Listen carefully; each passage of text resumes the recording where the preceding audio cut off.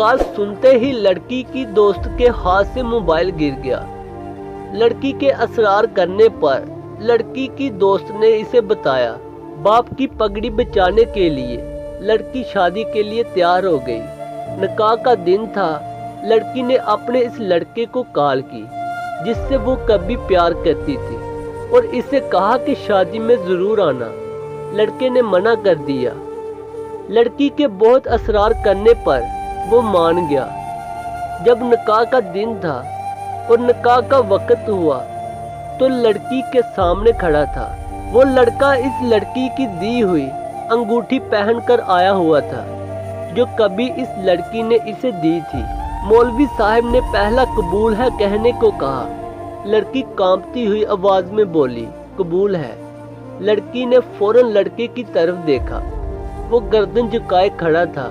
मौलवी साहब ने दूसरा कबूल है कहने को कहा तो लड़के ने अंगूठी तार दी। जब लड़की ने तीसरा कबूल है कहा तो लड़के की आंख से एक आंसू निकलकर इसके रुखसार पे बह गया।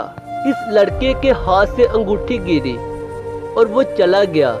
इस लड़की की रुखसती हुई तो वो घर पहुंची। इस लड़की की दोस्त भी इसके साथ थी। लड़की अभी जाकर बैठी ही थी कि इसकी दोस्त को एक कॉल आई और कॉल सुनते ही लड़की की दोस्त के हाथ से मोबाइल गिर गया।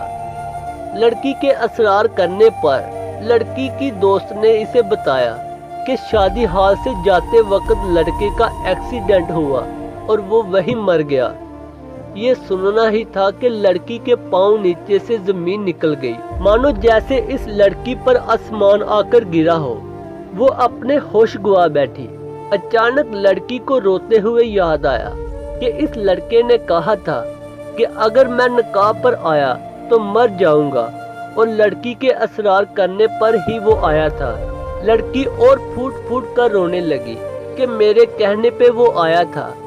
आज के बाद इस बोझ के साथ जिंदगी गुजारनी पड़ेगी कि मेरी वजह से मर गया और इस अजियत में जीना है कि वो मेरी वजह से मर गया। मर्द जिससे सच्ची मोहब्बत करता है तो कब्र तक साथ निभाता है। दोस्तों, अगर कहानी अच्छी लगी हो तो इसे ज़्यादा से ज़्यादा शेयर करो।